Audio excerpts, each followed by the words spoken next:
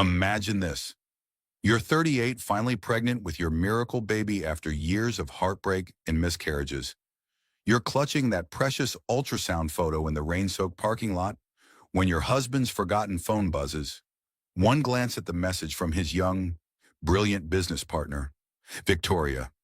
Can't wait until Sarah's gone. 3 weeks just us in the mansion. Your world crumbles as you uncover a web of lies, affairs, and a calculated plan to steal your life, your home, even your child. But what if the betrayal runs deeper than an affair? What if Victoria isn't just a mistress, but a professional predator with a dark history of destroying families?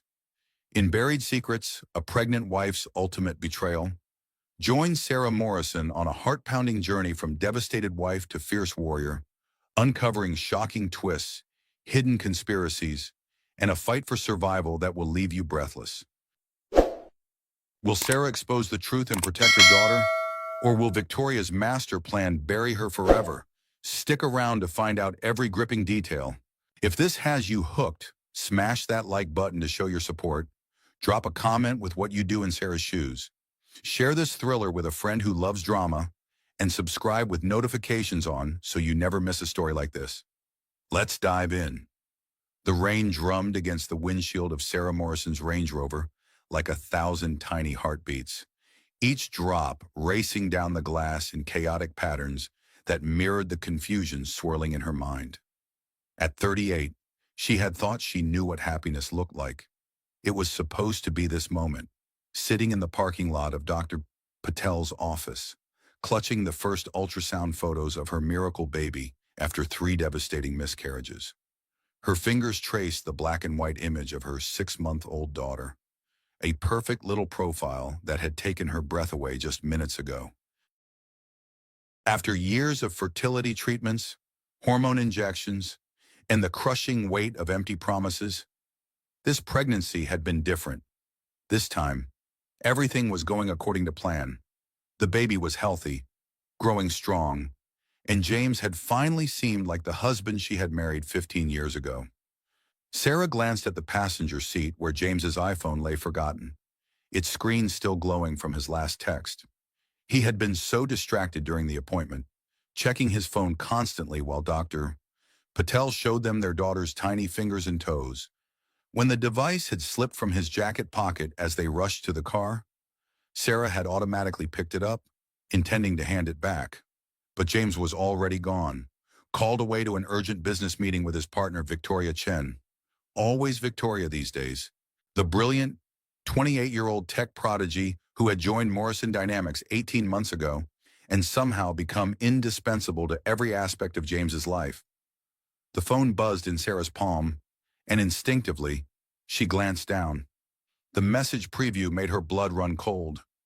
Victoria can't wait until Sarah's gone on her wellness retreat. 3 weeks just us in the mansion. I've missed falling asleep in your arms. Sarah's pregnant wife betrayed heart hammered against her ribs as she stared at the words that seemed to blur and refocus with each ragged breath. Her thumb moved without conscious thought, unlocking the phone with James's passcode, their anniversary date, and opening the full conversation thread. What she found there destroyed her world in the space of a heartbeat. Months of messages stretched back like a roadmap of deception.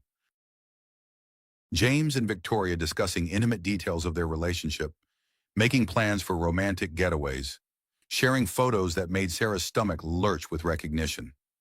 The guest house behind their Malibu mansion, the one Victoria supposedly used for late work sessions, had been her home for over a year.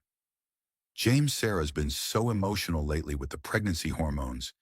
Thank God you understand me the way she never could. Victoria, poor baby. Don't worry. Once this is all over, we won't have to hide anymore. Your lawyers know what to do. James, I still feel guilty sometimes. She looks so hopeful about the baby. Victoria, the baby changes everything. Remember, she'll be too focused on motherhood to notice when you file. By the time she realizes what's happening, I'll already be pregnant with our child. Sarah's vision blurred as the words hit her like physical blows. Her husband affair with Mistress had been planned, calculated, and designed to coincide with the most vulnerable period of her life. The ultrasound photos slipped from her nerveless fingers, fluttering to the car floor like broken promises. The rain intensified, matching the storm building in her chest. She scrolled further back, each message revealing new layers of betrayal. They discussed her fertility struggles with clinical detachment, her miscarriages with barely concealed impatience, her hopes for this pregnancy with outright mockery. Victoria, she actually believes you want this baby. It's almost sad. James, the prenup covers everything if she can't prove infidelity. Thanks to your business partnership, no one will suspect we're anything more than colleagues. Victoria, your wife is so trusting. She even thanked me for being such a good friend to you during her difficult times. The memory crashed over Sarah like a physical blow. She had thanked Victoria multiple times for being understanding when James worked late, for supporting him during Sarah's dark periods after each miscarriage, for being the kind of business partner who truly cared about his well-being. Sarah doubled over, her pregnant belly pressed against the steering wheel as waves of nausea overwhelmed her. The cold leather seats, the expensive car, the designer maternity clothes James had insisted on buying, all of it felt like props in an elaborate stage production where she was the only one who didn't know her role. Her fingers shook as she continued reading, discovering planning sessions for her elimination from James's life. They had researched the best divorce lawyers, calculated her potential settlement, and even discussed custody arrangements for the baby she was currently carrying. James, the wellness retreat in Sedona is perfect. 3 weeks gives us time to move everything to the offshore accounts. Victoria and I'll be showing by then. Hard for her to claim infidelity when your pregnant girlfriend has been living in the guest house for business purposes. Sarah's mind reeled. Victoria was pregnant too. The text was dated 3 weeks ago, but there had been no visible signs. Then again, Sarah realized with growing horror, she hadn't been looking. She had been so focused on her own pregnancy, her own happiness, that she had missed the signs of her life being systematically dismantled. The phone buzzed again, a new message from Victoria that made Sarah's heart stop entirely. Victoria, just finished the lunch meeting with your wife's sister. Emily suspects nothing. When Sarah finds out about the baby, she'll need family support. I'll be there for her. Of course, the grieving mistress who never meant for things to go this far. Emily, her own sister, was being manipulated, positioned as an unwitting ally in Sarah's destruction. The betrayal cut so deep she could barely breathe. Sarah fumbled for her own phone, her fingers struggling to dial her sister's number through her tears. Emily answered on the second ring, her voice bright and cheerful. Sarah, how did the appointment go? Did you get good pictures of my niece? Sarah's voice cracked. Where are you right now? Just finished the most interesting lunch with Victoria. You know, James's business partner. She's such a sweetheart. Sarah, she was asking all about your pregnancy, wanting to know how to best support you both during this time. I think she might have a little crush on James, though. The way she talks about him. The phone slipped from Sarah's hand as the full scope of the manipulation became clear. Victoria wasn't just stealing her husband. She was infiltrating every aspect of Sarah's support system, positioning herself as the sympathetic other woman who had been swept away by love. Rain hammered the car roof like applause for a performance Sarah hadn't realized she was giving. She stared at the ultrasound photo on the floor, her daughter's tiny face looking up at her from the wreckage of her marriage. This baby, this miracle she had prayed for, was going to be born into a broken home because her father had already chosen his new family. The passenger door suddenly opened, and James slid into the car, his expensive suit darkened by rain.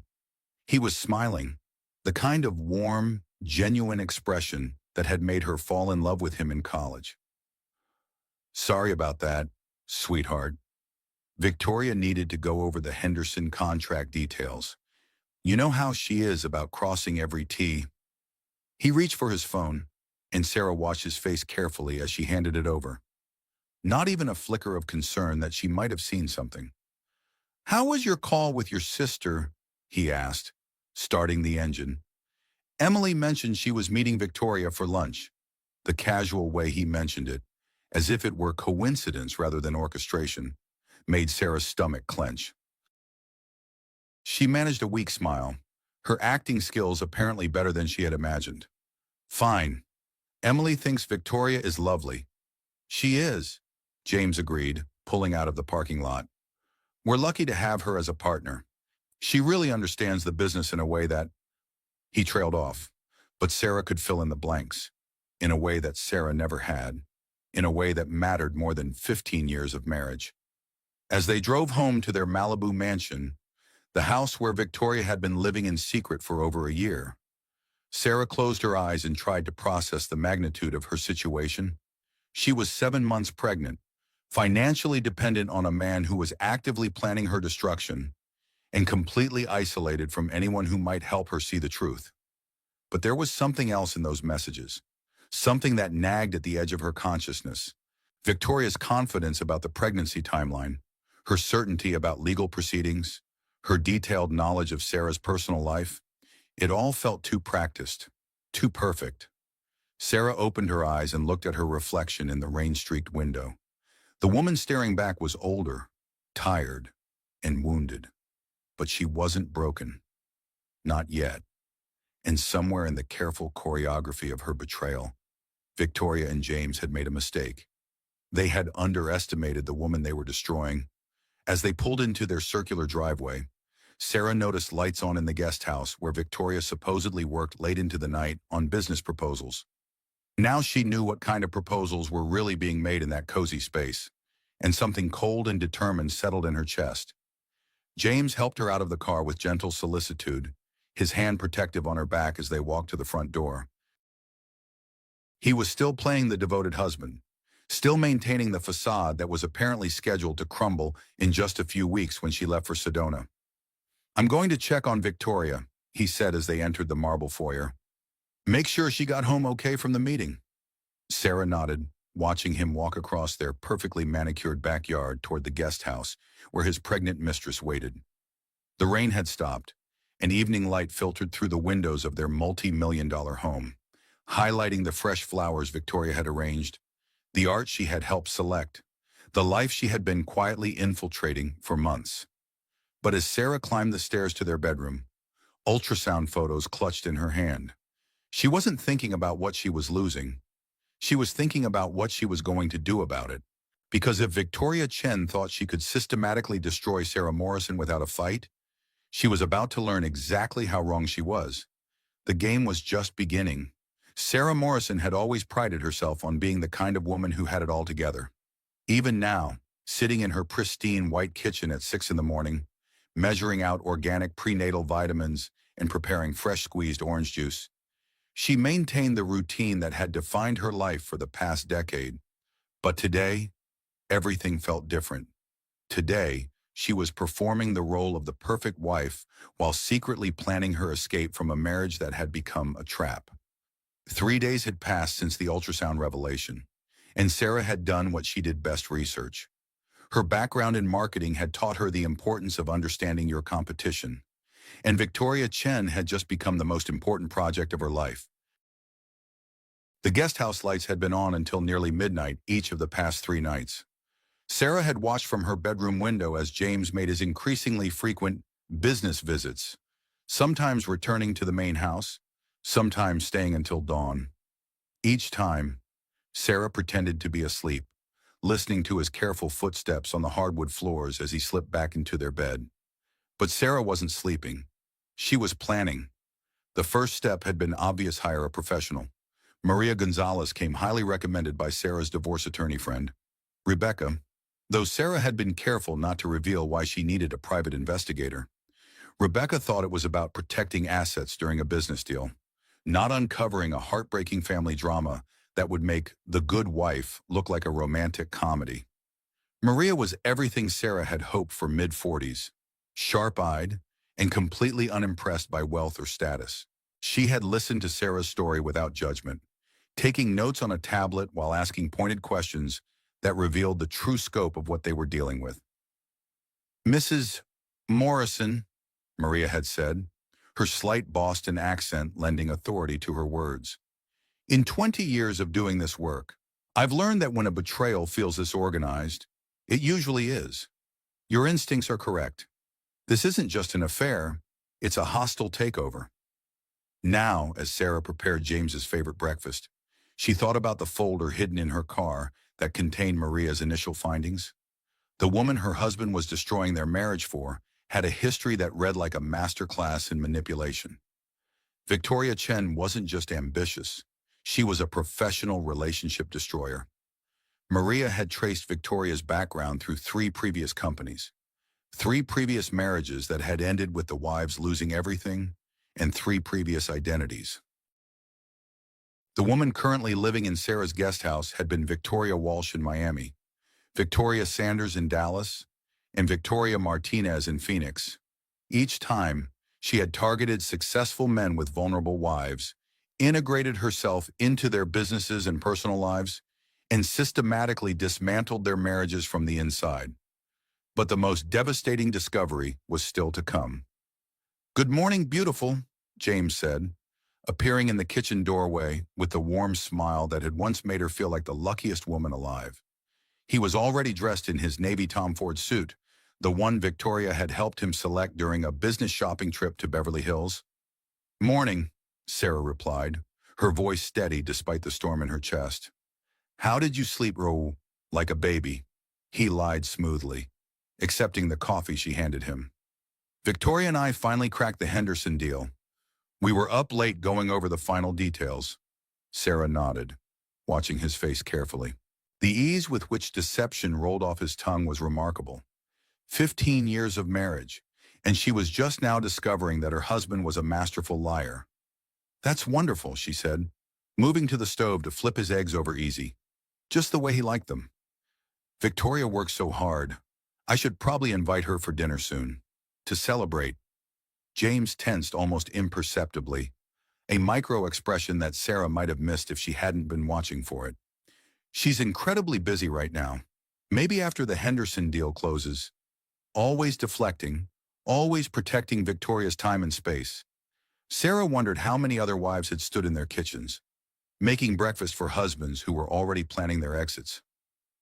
"James," Sarah said carefully, "I've been thinking about the baby, about what kind of mother I want to be." "You're going to be amazing," he said automatically, scrolling through his phone while eating. "The best mother our daughter could ask for. I want to be the kind of mother who protects her child from people who might hurt her," Sarah continued, her hand resting on her rounded belly. "The kind who pays attention to what's really happening around her family." For the first time that morning, James looked up from his phone. "That sounds very wise. Protection is important." The irony was suffocating. Here was the man who was systematically destroying their child's family stability, agreeing that protection was important. Sarah had to grip the counter to keep from confronting him right there, in their kitchen, surrounded by the evidence of their shared life.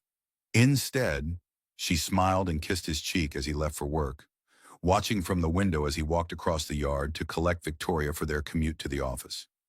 They had started riding together 6 months ago, another efficiency that made perfect sense from a business perspective.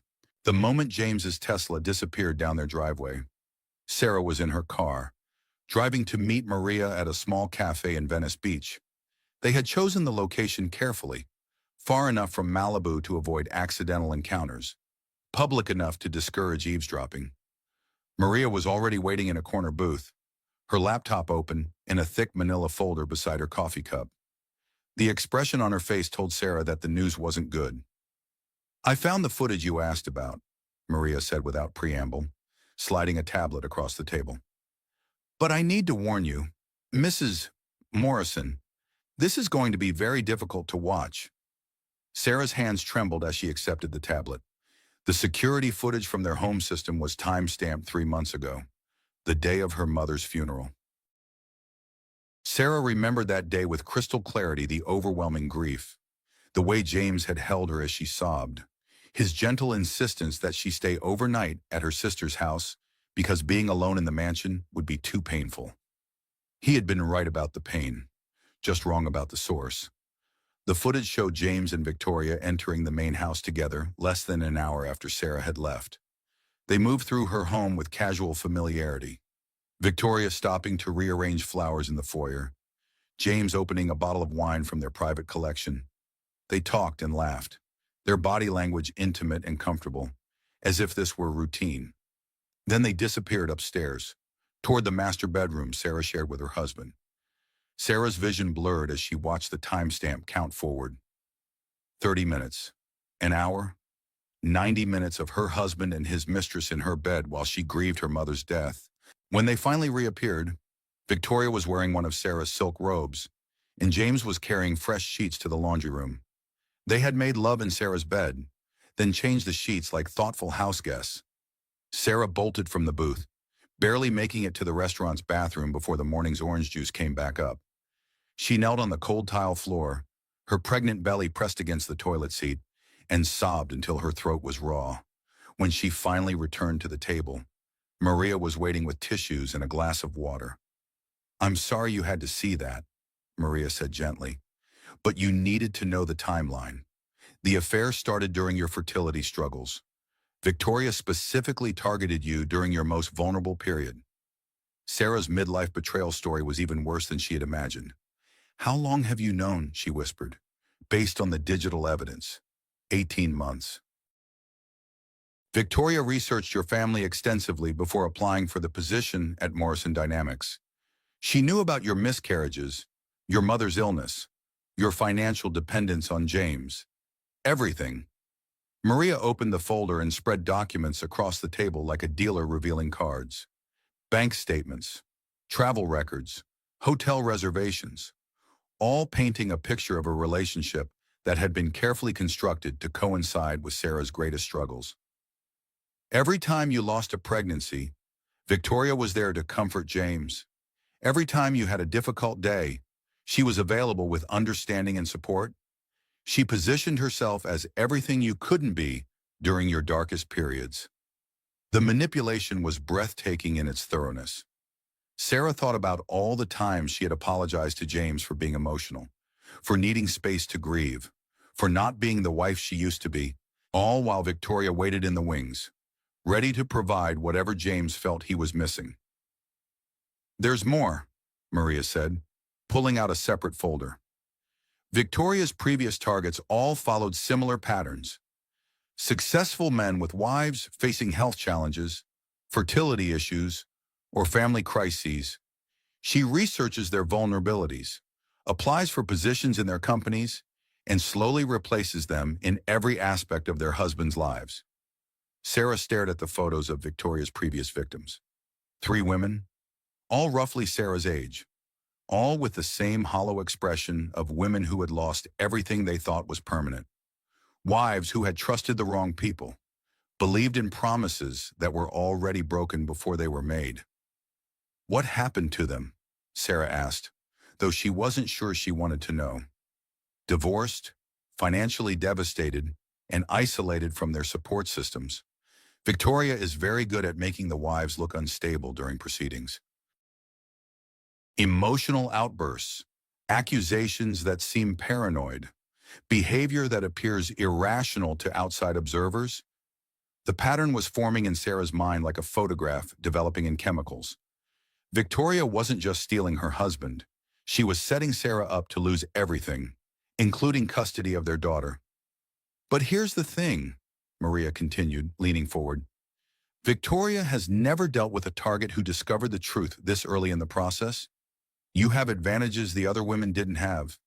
Sarah wiped her eyes, trying to focus on what Maria was telling her. "What kind of advantages?"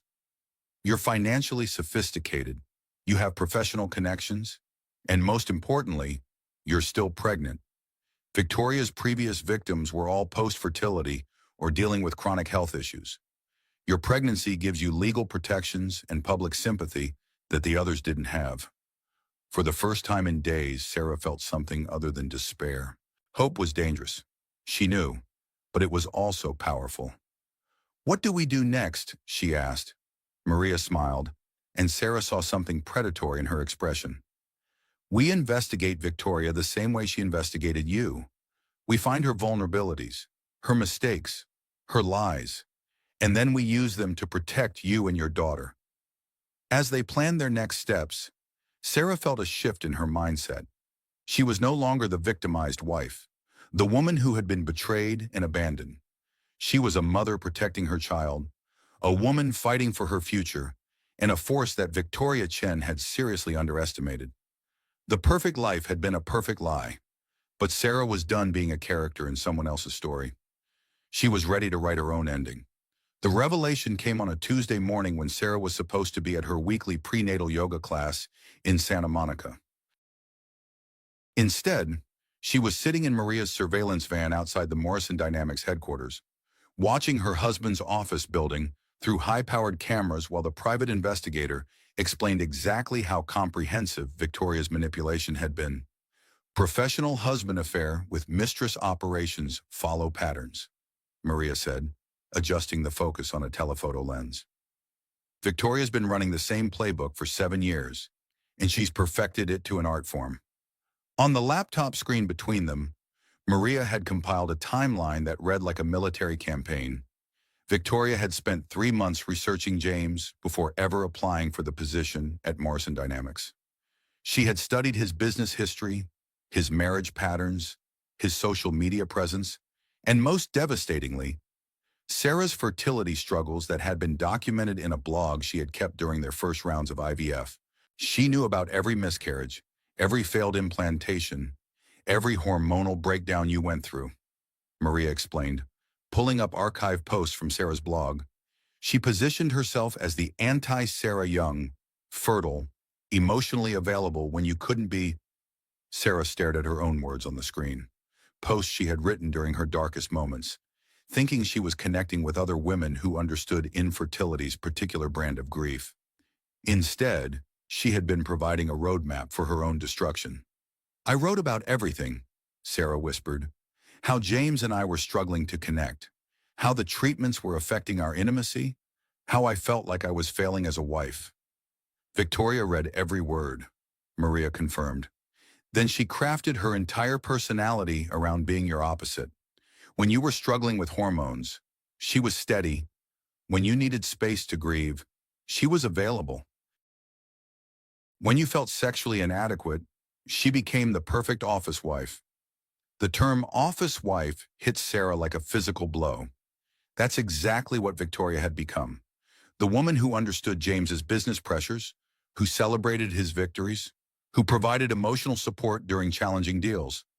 Everything Sarah had once been before fertility treatments consumed her life and left her feeling like a broken version of herself. Through the surveillance equipment, they watched James and Victoria leave the building together for lunch.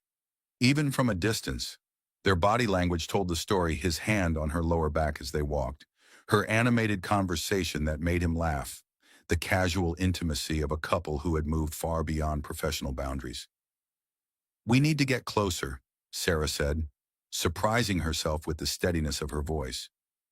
I need to understand exactly what I'm dealing with. Maria studied her carefully. Are you sure you're ready for that?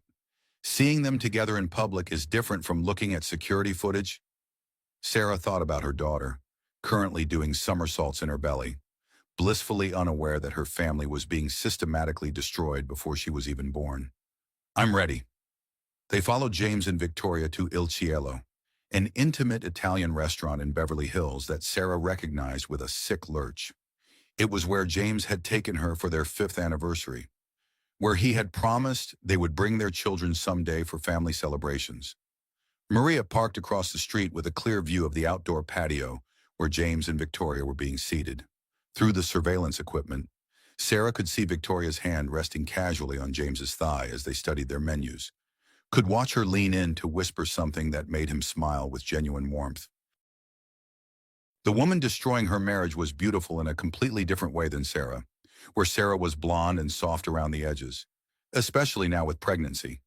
Victoria was dark-haired and angular, all sharp cheekbones and designer clothes that emphasized her lean figure. She moved with the confidence of someone who had never questioned her place in the world, who had never experienced the particular vulnerability of wanting something her body couldn't provide. She's not showing, Sarah observed. studying Victoria's profile through the camera. If she's really pregnant, where's the bump? Maria adjusted the lens for a closer look. That's what I've been wondering. Based on the timeline in James's messages, she should be at least 4 months along. But look at her clothes, her posture, the way she's sitting. Victoria was wearing a fitted black dress that would have been impossible to wear comfortably with a protruding belly. Her posture was straight and confident, none of the careful positioning that became second nature during pregnancy. She drank what appeared to be wine with lunch, gesturing animatedly without the cautious movements of someone protecting a developing baby. I don't think she's pregnant, Sarah said slowly. I think she's lying. That would fit her pattern, Maria agreed. Create urgency, force decisions, present James with a deadline for choosing between his old life and his new one. As they watched, Victoria pulled out a folder and spread documents across the table. Even from their distance, Sarah could see that this was more than a casual lunch. This was a business meeting disguised as a romantic meal, complete with papers that required signatures. Can you get audio on what they're discussing? Sarah asked. Maria shook her head. Too far away, too much ambient noise. But I can tell you what those documents probably are. What are divorce papers, custody agreements, financial settlements? Victoria's previous targets all described similar lunch meetings where they were presented with documents that seemed to appear out of nowhere. Sarah's blood ran cold. He's going to divorce me over lunch. No, Maria said grimly. He's going to let Victoria handle the divorce. She'll present it as the loving thing to do, the way to protect you from a long, drawn-out legal battle. She'll position herself as the reluctant other woman who's trying to minimize damage to everyone involved. The psychological manipulation was breathtaking. Sarah could already imagine how Victoria would frame it. She and James had fallen in love despite their best efforts to resist. They wanted to handle the situation with dignity and respect for Sarah's condition. They hoped to maintain an amicable relationship for the sake of the children. Children, plural, because Victoria would be pregnant with James's second child, the one he actually wanted with the woman he actually loved. I need to confront him, Sarah said, her hand moving protectively to her belly. I need to tell him I know. That would be the worst possible thing you could do right now, Maria said firmly. Victoria's entire strategy depends on you reacting emotionally, making accusations that sound paranoid, giving them ammunition to use against you in court. So what am I supposed to do? Just sit here and watch my husband plan my destruction over tiramisu? Maria pulled out another folder, this one thicker than the others. We gather evidence, we document everything, and we find Victoria's weakness. She doesn't have any weaknesses. She's perfect. That's the entire point. Nobody's perfect. Mrs. Morrison, Victoria's been running this con for 7 years, which means she's made mistakes. We just need to find them. Maria opened the folder to reveal surveillance photos from Victoria's previous operations. The same restaurant meetings, the same document signings, the same intimate body language with different men in different cities. Look at this, Maria said, pointing to a photo from Victoria's time in Dallas. See how she's sitting with her mark, same position as today, same dress style, same drink choice, same seductive posture. Sarah studied the images, seeing the pattern Maria was highlighting. Victoria's behavior wasn't spontaneous or authentic. It was rehearsed, repeated, perfected through practice. She's an actress playing a role, Sarah realized. Exactly. And actresses make mistakes when they perform the same role too many times. They get lazy. They miss details. They assume no one is paying attention to the performance. Through the surveillance equipment, they watched James sign several documents while Victoria held his free hand. The intimacy of the gesture was clearly practiced, designed to make the business transaction feel like a romantic moment. We need to find her previous victims, Sarah said suddenly. The women she destroyed before me. They must have seen patterns, noticed things, discovered information that could help. Maria smiled. I was hoping you'd say that. I've already made contact with two of them. They're willing to talk. As they drove away from the restaurant, leaving James and Victoria to continue their performance, Sarah felt something shift inside her. The crushing despair was being replaced by something sharper, more focused. Victoria Chen might be a professional destroyer of marriages, but she had never faced a victim who discovered the truth while there was still time to fight back. The midlife betrayal story that Victoria thought she was writing was about to take a very different turn, because Sarah Morrison was done being a supporting character in someone else's drama. She was ready to become the leading lady in her own story of survival and justice, and Victoria was about to discover that some women fight back harder when they're protecting their unborn children. The first catastrophe struck on a Wednesday morning when Sarah was 32 weeks pregnant, exactly 1 week before her scheduled departure for the wellness retreat in Sedona that would give James and Victoria 3 weeks to finalize their plans. Sarah had been feeling unusually tired, but she attributed it to the stress of secretly investigating her husband's affair while maintaining the facade of the trusting wife. She was in the nursery, folding tiny onesies and imagining the life her daughter would have once Victoria was exposed and removed from their lives. When the cramping started, at first it felt like Braxton Hicks contractions, the practice contractions her doctor had warned her about. But these didn't fade after a few minutes of rest and deep breathing. These got stronger. No, no, no, Sarah whispered, clutching the crib rail as another wave of pain crashed over her. Not now. Please, not now. But her body wasn't listening to her desperation.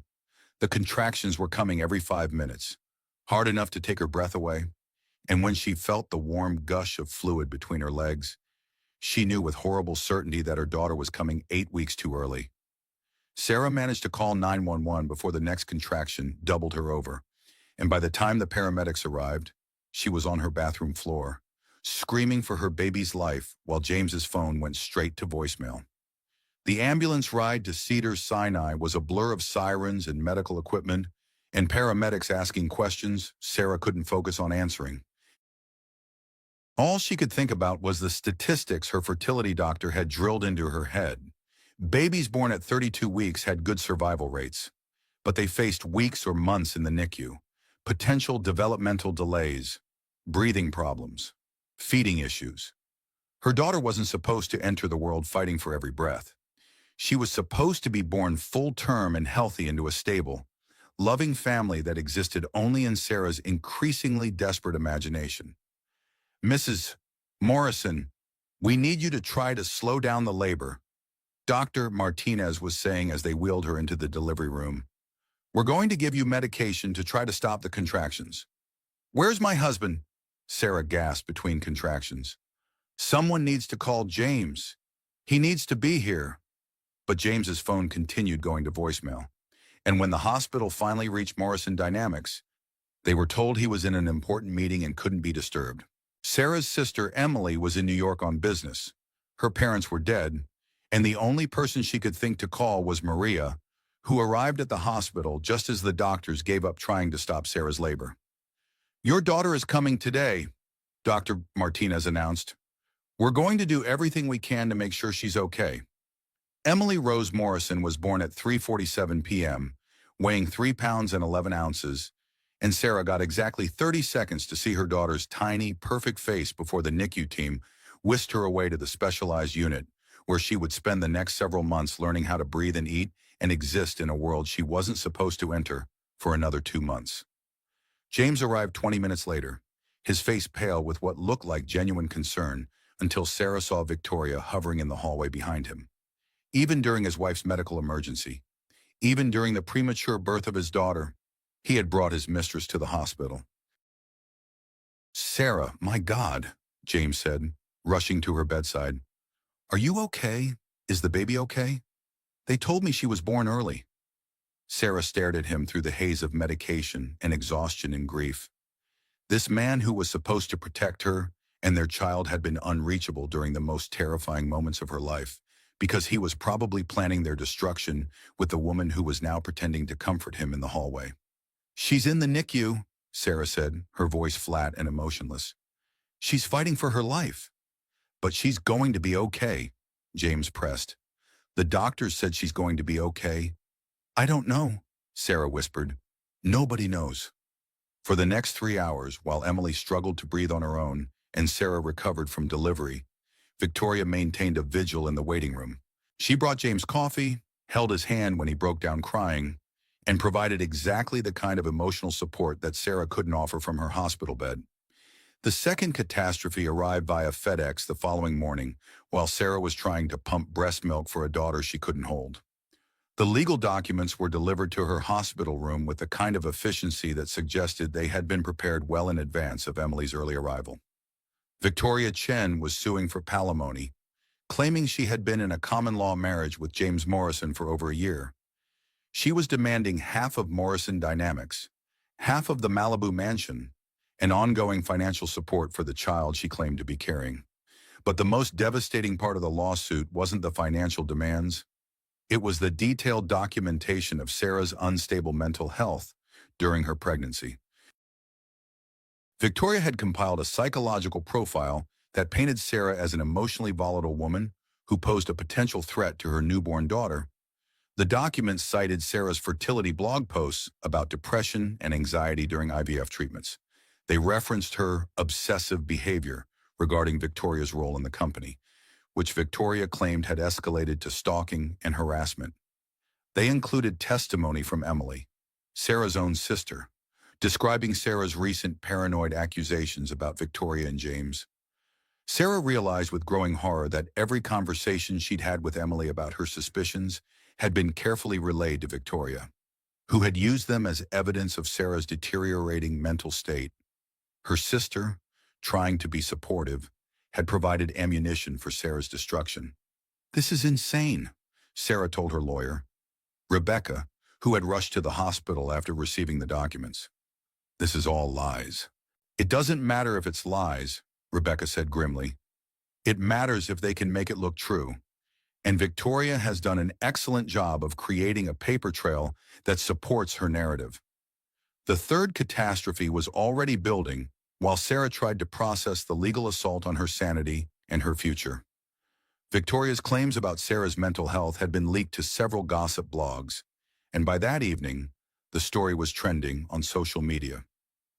"Billionaire's wife can't keep her man satisfied" was the headline that hurt the most, accompanied by photos of Sarah looking exhausted and emotional during her pregnancy. Someone had leaked photos from her social media accounts, carefully selected to show her at her worst moments, combined with speculation about her fertility struggles and suggestions that her desperation for a baby had driven James into another woman's arms. The hashtag #NarnerBarrenWife was trending by midnight, with thousands of comments from strangers who felt qualified to judge Sarah's worth as a woman based on her reproductive history. The cruelest comments came from other women, mothers who seemed to take personal offense at Sarah's fertility struggles, as if her inability to conceive easily was a moral failing that justified her husband's betrayal. Sarah scrolled through the comments on her phone while sitting beside Emily's NICU bed, watching her daughter's tiny chest rise and fall with the help of machines, and felt her world collapse completely. Maybe if she'd been a better wife, he wouldn't have needed to find love elsewhere. One comment read, "Some women just aren't meant to be mothers. Nature has a way of correcting these things," said another. "She should be grateful he gave her a baby at all. Now she can focus on being a single mom instead of trying to trap a man who doesn't want her." The comments went on for hours. Thousands of strangers dissecting her marriage, her body, her worth as a human being. Photos of Victoria began circulating alongside the cruelest posts, showing a young, beautiful, apparently pregnant woman who represented everything Sarah wasn't: fertile, confident, and wanted. Sarah set her phone aside and looked at her daughter through the clear walls of the incubator. Emily was so small, so vulnerable, surrounded by tubes and wires that were keeping her alive. This tiny person was depending on Sarah to protect her, to fight for her, to ensure she had a stable future. But how could Sarah protect her daughter when she couldn't even protect herself? The reflection in the NICU window showed a woman Sarah barely recognized, hollow-eyed, exhausted, publicly humiliated, and completely alone. James had gone home hours ago, claiming he needed to handle the media situation, which Sarah suspected meant strategizing with Victoria about how to control the narrative. Her phone buzzed with a text from Maria. "Don't read the comments. Don't engage with the media. Focus on your daughter. We're going to fight back." But as Sarah sat in that sterile hospital room, watching her premature daughter fight for every breath while strangers on the internet celebrated her public destruction, fighting back felt impossible. Victoria had played her perfectly, using Sarah's love for her daughter against her, turning her desperation to protect Emily into evidence of instability. Every maternal instinct, every protective impulse, had been weaponized and used to paint Sarah as unfit for motherhood. The pregnant wife betrayed had become the unfit mother, and Victoria's master plan was working exactly as designed. Sarah closed her eyes and tried to find strength she didn't know she possessed, because somewhere in the carefully orchestrated destruction of her life, Victoria and James had made a mistake, and Sarah was going to find it. The detective's call came at 2:17 a.m., while Sarah kept vigil beside Emily's incubator, watching her daughter's oxygen levels fluctuate on the monitors that had become the soundtrack to her sleepless nights. Detective Ray Coleman introduced himself as a member of the Miami-Dade Police Department's Financial Crimes Unit, and his voice carried the weight of someone who had seen enough deception to recognize it from across the country. "Mrs. Morrison," he said carefully, "I understand you're dealing with a civil matter involving a Victoria Chen. I'm calling because her real name is Victoria Castellanos, and she's wanted for questioning in connection with the disappearance of Margaret Whitmore." Sarah's blood turned to ice. Disappearance. Mrs. Whitmore was the wife of tech entrepreneur David Whitmore. She vanished 3 years ago, shortly after filing for divorce and claiming her husband was having an affair with his business partner, a woman named Victoria Walsh. The case went cold when Victoria Walsh disappeared as well, but we recently discovered that Victoria Walsh and Victoria Chen are the same person. Through the NICU window, Sarah could see the nurses changing shifts, the quiet efficiency of medical professionals who understood that some battles were fought in whispers and careful movements. Emily was stable tonight, her breathing steady, her tiny fingers curled around the little knitted hat Emily had brought before disappearing on her New York business trip that Sarah now suspected wasn't business at all. "What happened to Margaret Whitmore?" Sarah asked, though she wasn't sure she wanted to know the answer. "That's what we're trying to determine." She filed for divorce on a Monday, claiming she had evidence of financial fraud. By Friday, she had withdrawn the filing, liquidated her personal assets, and left town. Her car was found at Miami International Airport, but there's no record of her boarding any flights. Sarah's hand moved instinctively to her belly, where Emily had been safe just weeks ago, protected from the world that was trying to destroy them both. "Do you think Victoria killed her?" "I think Victoria Castellanos is very good at making problems disappear," Detective Coleman said. "And I think you might be her next problem." The conversation continued for another 20 minutes, with Detective Coleman explaining the pattern they had discovered once they started looking. Victoria's previous targets hadn't just lost their marriages and their money, they had lost themselves entirely. The women either disappeared completely or suffered what appeared to be complete psychological breakdowns that left them unable to care for themselves, much less fight for their rights in court. "She's not just a gold digger, Mrs. Morrison. She's a predator who specializes in destroying women's minds." After the call ended, Sarah sat in the uncomfortable hospital chair and tried to process what she had learned. Victoria wasn't just stealing her husband. She was following a pattern that had already claimed at least one life. The midlife betrayal story Sarah thought she was living was actually a horror story with potentially deadly consequences. But Detective Coleman had also given her something she desperately needed: hope. "We've been building a case against her for 18 months, he had explained. "If you're willing to cooperate, to help us document her current operation, you might be the key to bringing her down." Sarah looked at Emily, whose tiny chest rose and fell with mechanical precision, and made a decision that surprised her with its clarity. She wasn't just fighting for her marriage anymore. She was fighting to ensure that Victoria Chen never destroyed another family. The next morning brought visitors Sarah hadn't expected. Maria arrived with coffee and two women who looked remarkably like Sarah, well-dressed, exhausted, and carrying the particular weight of women who had lost everything they thought was permanent. "Sarah Morrison, meet Linda Walsh and Jennifer Sanders," Maria said, settling into the uncomfortable hospital chairs that had become their war room. Victoria's previous targets. Linda was a petite blonde in her early 40s who moved with the careful precision of someone who had learned not to trust her own judgment. Jennifer was taller, darker, with the kind of expensive maintenance that suggested she had once had the money to afford it. "We've been following your story," Linda said softly. "When we saw the news reports, we knew it was her." "Victoria destroyed my marriage in Dallas," Jennifer added. "But she didn't stop there. She systematically eliminated every aspect of my support system, turned my friends against me, convinced my family I was having a mental breakdown." "How?" Sarah asked, though she was beginning to understand the scope of Victoria's psychological warfare. "The same way she's doing it to you," Linda explained. "She documents everything you do, everything you say, and then reframes it as evidence of instability.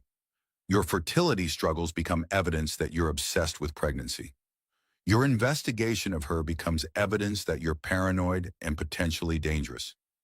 Jennifer pulled out a tablet and showed Sarah social media screenshots that made her stomach clench. "Look familiar." The posts were eerily similar to what Sarah was experiencing, photos carefully selected to show the wives at their worst moments, comments from friends expressing concern about their behavior, speculation about their mental health framed as compassionate worry. "She creates a narrative where you're the unstable wife who's driven your husband away," Linda continued. "Then she positions herself as the victim of your increasingly erratic behavior. By the time you realize what's happening, everyone around you believes you're dangerous." "But you survived," Sarah said, looking between the two women. "You're here. You're fighting back." Linda and Jennifer exchanged a look that Sarah couldn't interpret. "We survived," Jennifer said carefully. "But we didn't win. Victoria took everything from both of us. Our marriages, our money, our reputations, our relationships with our children." "Children!" Sarah's voice cracked. "Victoria's particularly effective at convincing courts that her targets are unfit mothers," Linda explained. "She documents every moment of stress, every emotional outburst, every sign that motherhood is overwhelming you. Then she presents it as evidence that you're a danger to your own children." Sarah felt the familiar wave of nausea that had become her constant companion. "So you lost custody, limited visitation," Jennifer said. "My ex-husband remarried Victoria 6 months after our divorce was finalized. She became my children's stepmother, and now they call her mom because she's proven herself to be the stable, nurturing influence in their lives." The psychological torture was more sophisticated than Sarah had imagined. Victoria didn't just steal husbands. She stole entire identities, entire futures, entire families. "But here's what we've learned," Linda said, her voice growing stronger. "Victoria makes mistakes when she's working multiple targets simultaneously. She's been using the same techniques for 7 years, and she's getting sloppy." Maria opened her laptop and pulled up a series of documents. "Linda and Jennifer have been working with Detective Coleman to track Victoria's current operation, and they found something interesting. Victoria isn't just targeting you," Jennifer explained. "She's been researching 3 other families simultaneously, wealthy men with vulnerable wives, all in different stages of her process. Which means," Linda added, "she's spreading herself thin, making errors, using identical language in communications with different targets." Maria turned the laptop toward Sarah, showing her email threads that were disturbingly familiar. Victoria had sent nearly identical messages to multiple men, expressing concern about their wives' emotional instability and offering herself as a source of support and understanding. "She's copy-pasting her seductions," Maria said, "using the same psychological profiles, the same manipulation techniques, even the same restaurant choices for her important meetings." For the first time in weeks, Sarah felt something other than despair. Victoria's professional approach to destroying marriages meant she had created patterns that could be documented, predicted, and ultimately used against her. "There's more," Linda said, pulling out a folder. "We've been in contact with Margaret Whitmore's sister in Orlando. Margaret didn't disappear. She's been hiding, gathering evidence, waiting for the right moment to come forward." "She's alive?" Sarah asked. "Very much alive," Jennifer confirmed. "And very angry. She's been working with a federal task force to build a case against Victoria for wire fraud, identity theft, and conspiracy. Victoria has been running this operation across state lines for years," Maria explained. "That makes it a federal crime. And when she started manipulating your pregnancy and using it to claim you're unfit for motherhood, she crossed lines that even her previous operations hadn't touched." Sarah looked at Emily through the NICU window, her daughter sleeping peacefully despite the chaos surrounding her young life. This tiny person was depending on Sarah to protect her, not just from Victoria's immediate threats, but from a future where predators like Victoria could destroy families with impunity. "What do you need me to do?" Sarah asked. Linda smiled for the first time since entering the hospital room. "We need you to be exactly what Victoria expects the desperate, emotional wife who's losing her mind. But this time, we're going to document every move she makes in response. You're going to give Victoria enough rope to hang herself," Jennifer added, "and we're going to be watching when she does it." As Sarah listened to their plan unfold, she realized that Victoria had made a critical error in her psychological assessment. She had assumed that Sarah's love for her daughter would make her weak, desperate, and easily manipulated. But Victoria had never encountered a mother who was willing to temporarily sacrifice her own dignity to protect her child's future. The pregnant wife betrayed was about to become the avenging mother, and Victoria Chen was about to discover that some women are most dangerous when they have nothing left to lose. Sarah's transformation began in the most unlikely place, the NICU family lounge at 3 a.m., surrounded by other parents whose children were fighting for their lives. She was reading Eat, Pray, Love for the third time since Emily's birth. Not because she found Elizabeth Gilbert's journey particularly inspiring, but because the book represented something Victoria couldn't take away from her, the possibility of reinvention. "The only thing more unthinkable than leaving was staying," Sarah whispered, reading Gilbert's words aloud to Emily during her morning feeding time. "The only thing more impossible than going was not going." Emily's tiny fingers wrapped around Sarah's pinky with surprising strength, and Sarah felt something shift inside her chest. This wasn't about saving her marriage anymore. This was about building a life worthy of her daughter's trust. The plan Linda and Jennifer had outlined was simple in concept, but required Sarah to do something that went against every instinct she had, to let Victoria think she was winning while secretly documenting everything. She had to appear to be having the breakdown Victoria expected, while actually building a case that would protect other families from similar destruction. "Think of it as a method acting," Maria had explained. "You're playing the role of the unstable wife while actually being the strong woman gathering evidence." The first step was forming a real support system to replace the fake one Victoria had infiltrated. Dr. Williams, Sarah's therapist, turned out to be an unexpected ally. When Sarah finally told her the truth about discovering James's affair and Victoria's pattern of targeting vulnerable women, Dr. Williams's professional demeanor shifted to something more personal. "I've been treating women like you for 15 years, Dr. Williams said during what Sarah had expected to be a routine session. "Women who seem to be having breakdowns that don't quite fit the typical patterns. Now I'm wondering how many of them were actually victims of systematic psychological manipulation." Dr. Williams agreed to help document Sarah's actual mental state while providing her with tools to handle the stress of her double life. "What you're describing isn't paranoia or postpartum depression," she explained. "It's a completely rational response to discovering that your reality has been constructed by someone else." The validation was more powerful than any medication. For weeks, Sarah had been questioning her own perceptions, wondering if she really was becoming the unstable woman Victoria claimed she was. Having a mental health professional confirm that her reactions were normal and justified gave her the foundation she needed to start fighting back. James's sister Claire provided another unexpected source of support.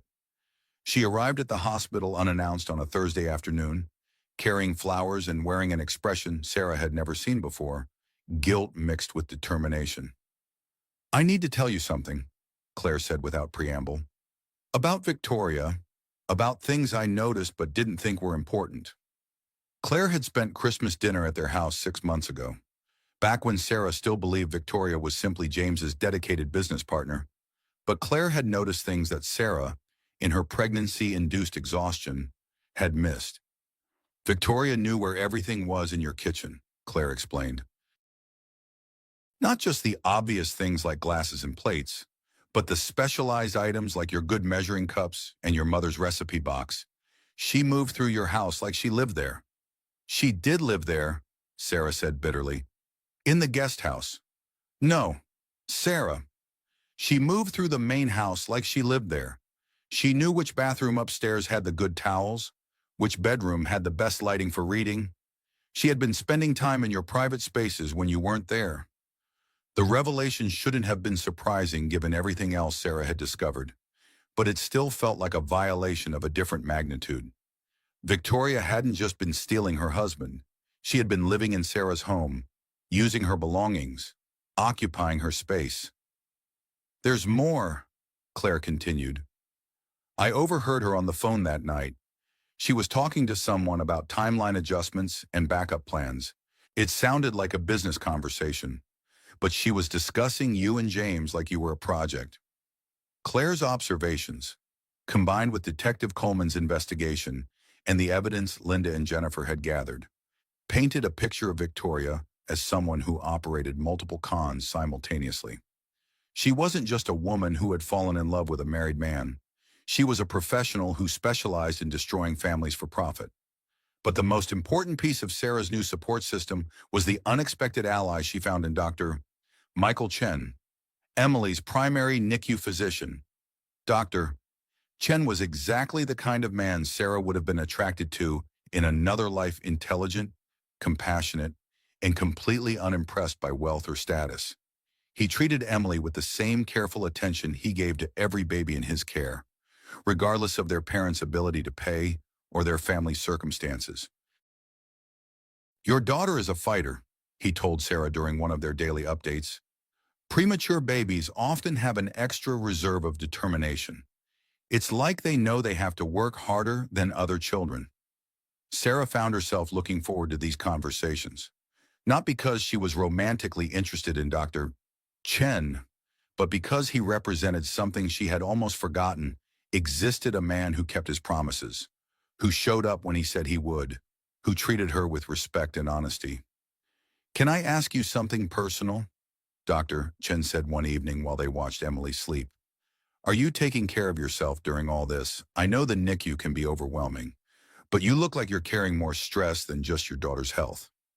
Sarah almost laughed at the understatement. "It's been a complicated few weeks. If you ever need someone to talk to," he said carefully, "someone who doesn't know anything about your situation except that you're a mother who loves her daughter, I'm a good listener."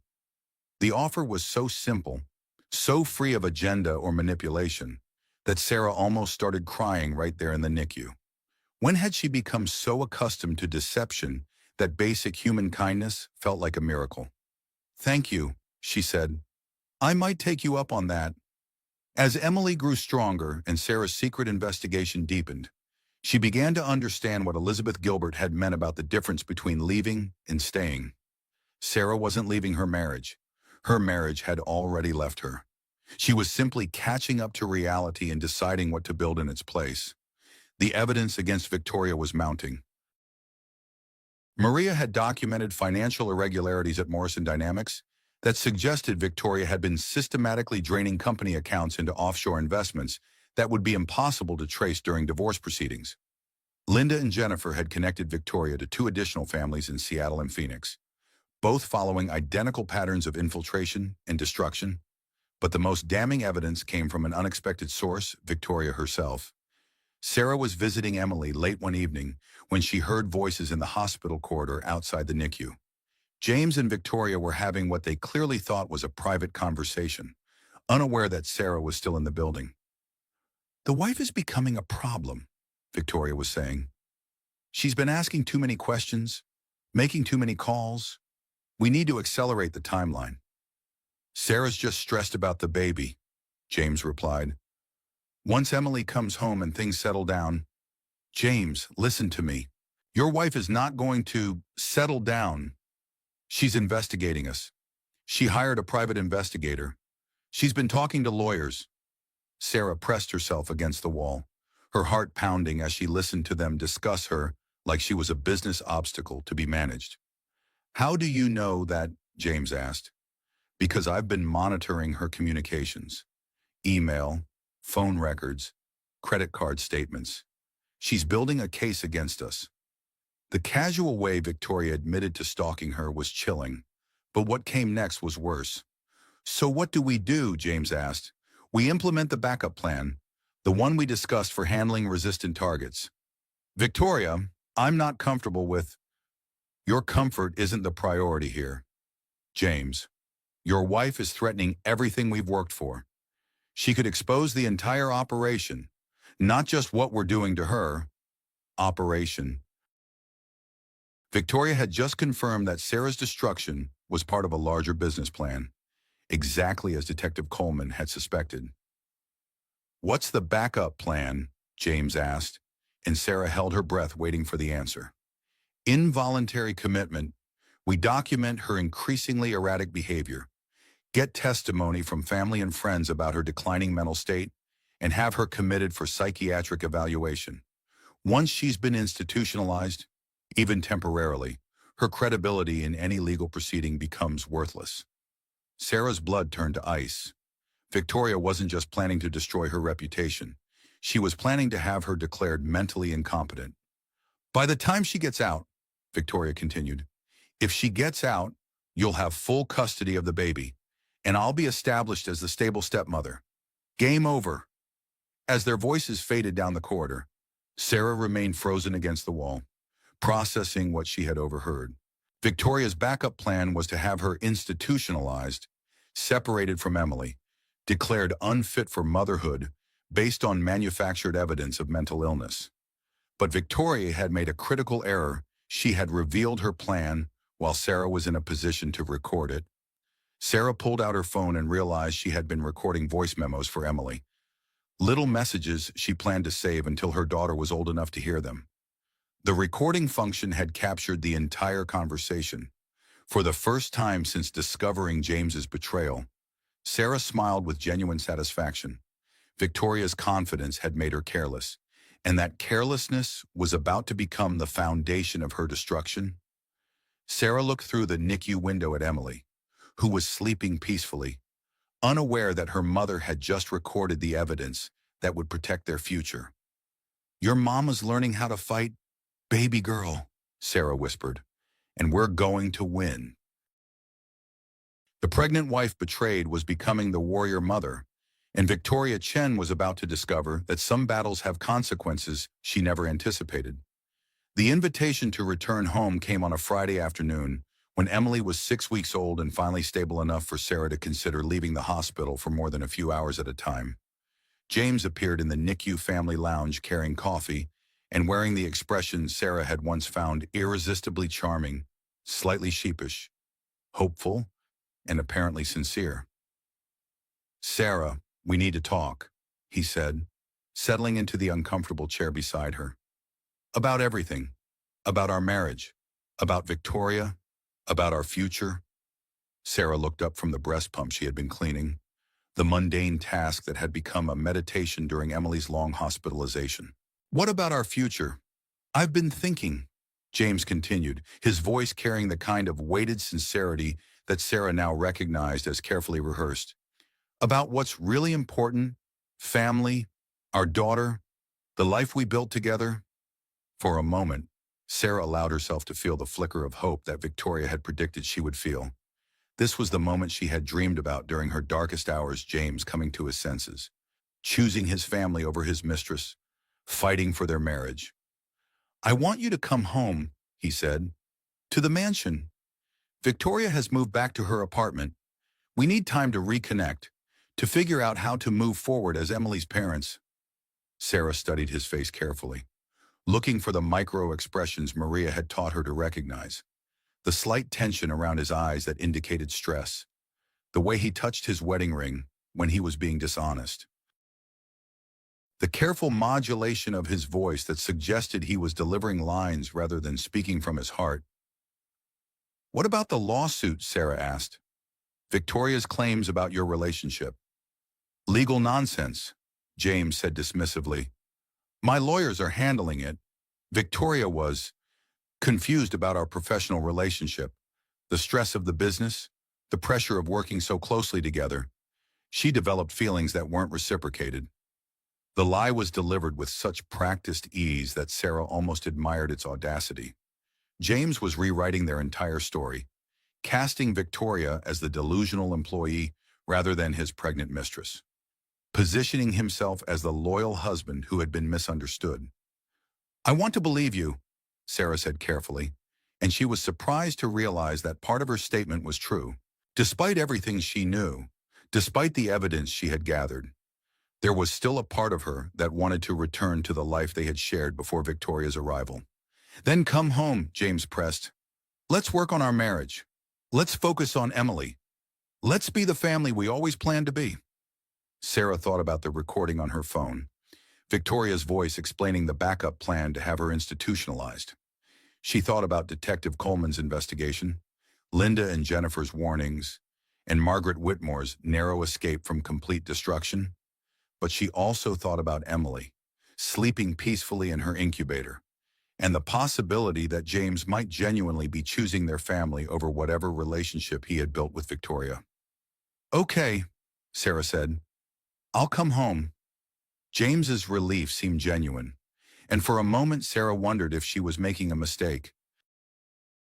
Maybe Victoria really had been the manipulator, and James was just another victim of her psychological games. Maybe their marriage could be salvaged if Victoria was truly out of the picture. The mansion felt different when Sarah returned that evening. Cleaner, somehow, less cluttered.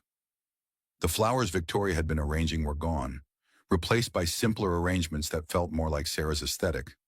Victoria's personal touches had been systematically removed, leaving the house feeling more like the home Sarah remembered from before their lives had been invaded. "I had Mrs. Rodriguez give the guest house a thorough cleaning," James explained as he carried Sarah's hospital bag upstairs. "New locks, fresh paint, everything Victoria might have touched." The gesture felt significant, like James was literally erasing Victoria's presence from their lives. Sarah allowed herself to hope that maybe, possibly, they could rebuild something real from the wreckage of their trust. That hope lasted exactly 48 hours. On Sunday evening, while James was supposedly at the office handling a client emergency, Sarah received a text from an unknown number. "Gas leak in the main house. Evacuation ordered. Meet me at the guest house for safety." The message was professional, urgent, and completely consistent with the kind of infrastructure problems that occasionally affected their neighborhood. Sarah was gathering her purse and keys when she noticed the signature line, V. Chen, Morrison Dynamics Safety Coordinator. Victoria was still involved with the company, still had access to their home, still possessed the authority to order evacuations. James's story about her moving out and having no further contact was another lie in a relationship that had apparently been built on lies. But Sarah had learned something important during her weeks of investigation. When predators think they have trapped their prey, they often reveal their true nature. Instead of fleeing or calling for help, Sarah decided to walk into Victoria's trap with her phone recording everything. The guest house looked exactly as it had for the past 18 months, lived in, comfortable, and thoroughly established as Victoria's home. Personal photographs lined the mantel. Expensive toiletries filled the bathroom, and the refrigerator was stocked with Victoria's preferred organic foods. Victoria was waiting in the living room, no longer bothering to hide her pregnancy bump with careful clothing and strategic positioning. She was clearly at least 6 months along, possibly more, which meant her timeline claims had been accurate, and James had been lying about that as well. "Hello, Sarah," Victoria said with a smile that no longer pretended to be friendly. Thank you for coming. We need to have a conversation. About what? Sarah asked, settling into a chair and discreetly starting her phone's recording function. About your future. About Emily's future. About the choices you're going to make in the next few weeks. Victoria moved around the room with casual confidence, clearly comfortable in the space she had been occupying for over a year. This wasn't a guest house. It was Victoria's home, and Sarah was the visitor. James tells me you've been investigating our relationship, Victoria continued. Hiring private investigators, recording conversations, gathering evidence for some kind of legal action. James tells you a lot of things, Sarah replied. James tells me everything, Victoria corrected, including the fact that you recorded our conversation at the hospital last week. Sarah's blood ran cold. She hadn't told anyone about the recording except Maria, which meant James had somehow discovered it and shared the information with Victoria.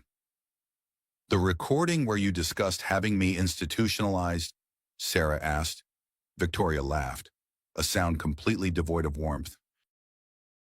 The recording where I described the standard procedure for handling resistant targets in business negotiations? You have a very creative interpretation of normal business language. The gaslighting was sophisticated and immediate. Victoria was already reframing the conversation, preparing to claim that Sarah had misunderstood professional terminology and twisted it into evidence of conspiracy. But here's the thing about recordings, Victoria continued, moving to the windows and drawing the curtains closed. They can be edited, manipulated, taken out of context. They're not as valuable as evidence as people think they are. What do you want from me? Sarah asked, beginning to understand that this conversation wasn't going to end with her walking back to the main house. I want you to understand your situation, Victoria said, turning back to face her. You're a woman with a history of mental health struggles, currently dealing with postpartum depression and the stress of a premature baby. You've been making increasingly paranoid accusations against your husband's business partner, hiring investigators to stalk people, recording private conversations without consent. Victoria was building the case for Sarah's mental incompetence in real time, laying the groundwork for the backup plan she had described to James. How many people do you think will believe that you're a reliable witness to anything? Victoria continued. How many judges do you think will award custody to a mother who can't distinguish between business conversations and criminal conspiracies? The psychological manipulation was breathtaking in its efficiency.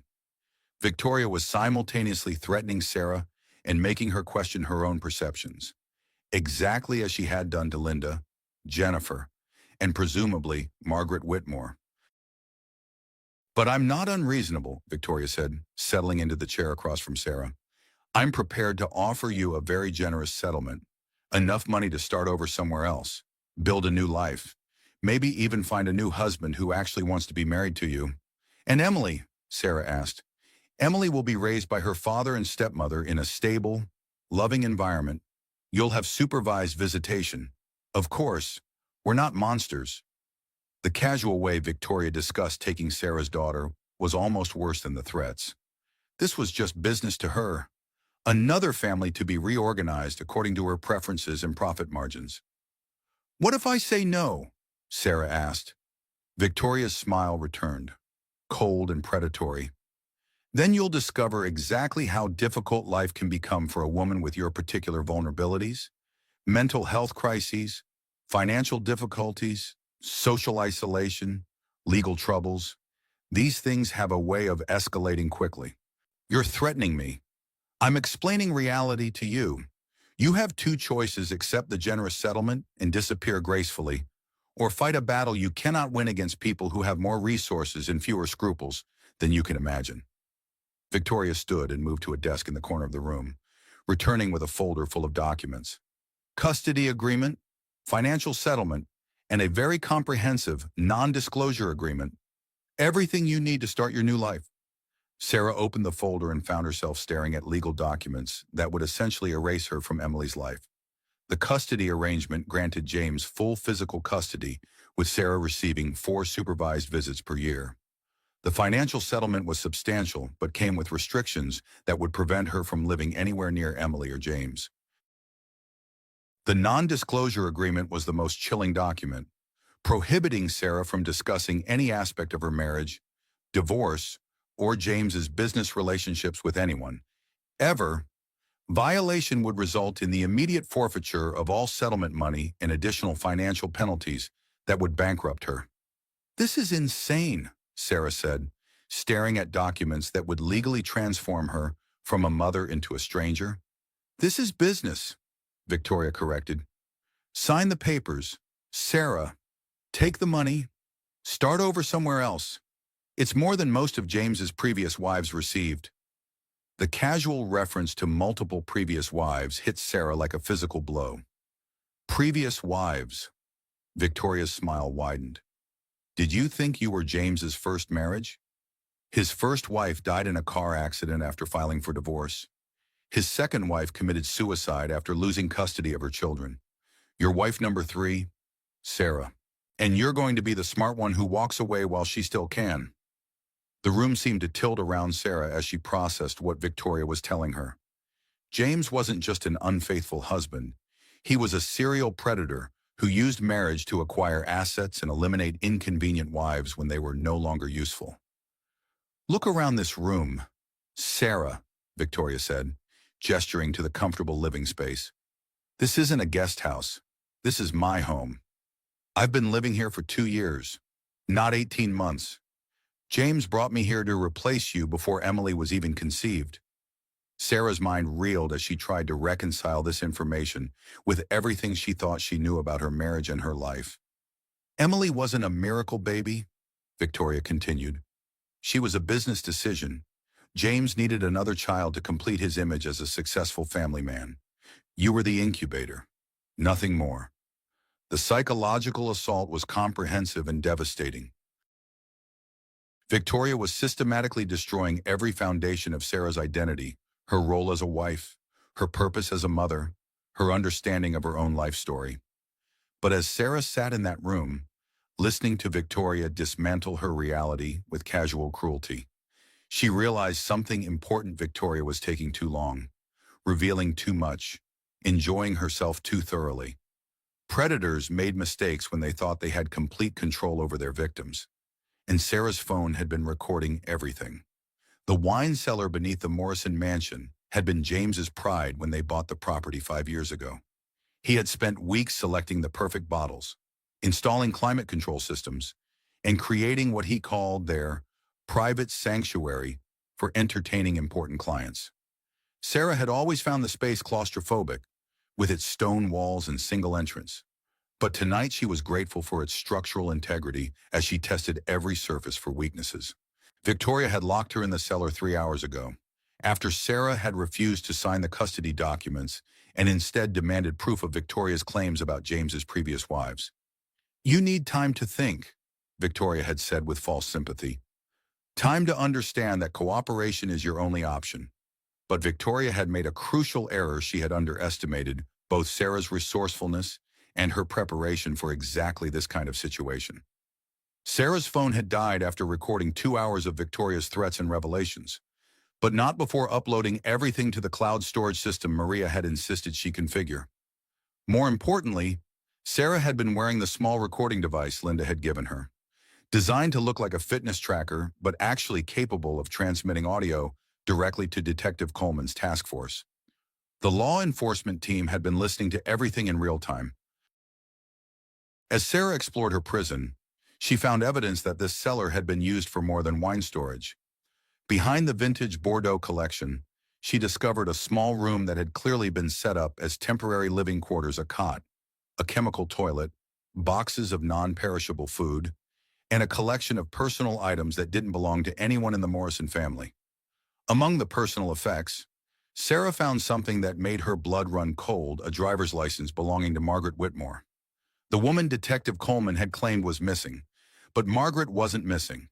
According to the dates on food wrappers and medication bottles, she had been imprisoned in this cellar for weeks before escaping. Sarah used her phone's flashlight to document everything. Despite the rapidly draining battery, the cellar wasn't just a prison, It was a staging area where Victoria held her victims while their lives were systematically dismantled above ground. But the most chilling discovery was a notebook filled with Victoria's handwriting, detailing the psychological profiles and destruction timelines for multiple families. Sarah's own case was documented with clinical precision, including backup plans for various scenarios and detailed notes about Emily's medical condition that could be used to argue for emergency custody changes. Subject shows expected maternal attachment disorder following premature birth. One entry read, "Recommend accelerating timeline for institutional commitment. Use infant's medical fragility to justify immediate custody transfer to father." Victoria had been planning to use Emily's NICU stay as evidence that Sarah was an unfit mother, unable to provide the stable environment a medically fragile infant required. Sarah was photographing the notebook when she heard voices above her head. James and Victoria were in the kitchen, and their conversation carried clearly through the old mansion's heating vents. "She's been down there for hours," and James was saying. "Maybe we should..." "Should what?" Victoria interrupted. "Give her more time to make the wrong choice, James. We're past the point of gentle persuasion. Your wife has threatened everything we've built together. But locking her in the cellar feels extreme. What if something happens to her? What's going to happen to her is exactly what she chooses to happen. She can sign the papers and start a new life, or she can continue fighting a battle she's already lost." Sarah pressed herself against the ceiling vent, recording everything on her dying phone while listening to her husband discuss her imprisonment with disturbing casualness. "The baby needs her mother," James said, and for a moment Sarah felt a flicker of hope that some part of the man she had married still existed. "The baby needs stable parents," Victoria corrected. "And your wife hasn't been stable since before Emily was born. The NICU nurses have documented her erratic behavior, her inability to follow medical instructions, her emotional outbursts. The accusation was particularly cruel because it was partially true. Sarah had struggled with the stress of Emily's early birth, had questioned medical decisions, had broken down crying in hospital corridors. Victoria had turned normal maternal anxiety into evidence of mental instability. "Besides," Victoria continued, "Emily won't remember any of this. She'll grow up thinking I'm her biological mother, and Sarah will be just a sad story about the unstable woman who couldn't handle parenthood." The casual cruelty of erasing Sarah from her daughter's life story was breathtaking. Victoria wasn't just planning to steal Emily. She was planning to rewrite history so that Sarah had never existed as a mother at all. That's when Sarah heard the sound that changed everything: police sirens in the distance, growing louder. "What the hell is that?" James asked above her. "Probably an accident on PCH," Victoria replied, but Sarah could hear the tension in her voice. The sirens stopped in their driveway. "James Morrison, LAPD," came the amplified voice from outside. "We have a warrant to search these premises." The sound of running footsteps above her head was followed by frantic whispering that Sarah couldn't quite make out. Then the front door opened, and she heard Detective Coleman's voice echoing through the mansion. "Mrs. Morrison, this is Detective Coleman. If you can hear me, please respond." "Down here," Sarah shouted, pounding on the cellar door.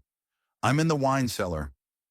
What followed was 20 minutes of the most satisfying sound Sarah had ever heard: power tools cutting through the reinforced lock Victoria had installed, paramedics checking her vital signs, and Detective Coleman reading Victoria and James their rights, while federal agents documented the evidence Sarah had discovered. "You did it," Detective Coleman told her as she emerged from the cellar, blinking in the bright lights of the crime scene investigation. "Your recording device transmitted everything. We have Victoria admitting to multiple kidnappings, documented evidence of her previous operations, and enough financial fraud evidence to put her away for decades." "What about James?" Sarah asked, watching her husband being led away in handcuffs. "Conspiracy, fraud, accessory to kidnapping, and we're just getting started. The FBI is seizing all of Morrison Dynamics records. Turns out your husband's company has been laundering money for Victoria's operations across multiple states." The scope of the criminal enterprise was staggering. James hadn't just been Victoria's victim or accomplice. He had been her business partner in a multi-million-dollar operation that destroyed families for profit. The other wives, Sarah said urgently. Victoria told me James had been married before, that his wives died or disappeared. We're investigating, Detective Coleman assured her. But right now, we need to get you to the hospital. You've been through a traumatic experience, and we need to make sure you're okay. As the paramedics checked her blood pressure and hydration levels, Sarah watched Victoria being loaded into a federal transport vehicle. Even in handcuffs, Victoria maintained her composure, her expression showing annoyance rather than fear or remorse. Their eyes met through the vehicle window, and Victoria mouthed something that looked like, "This isn't over."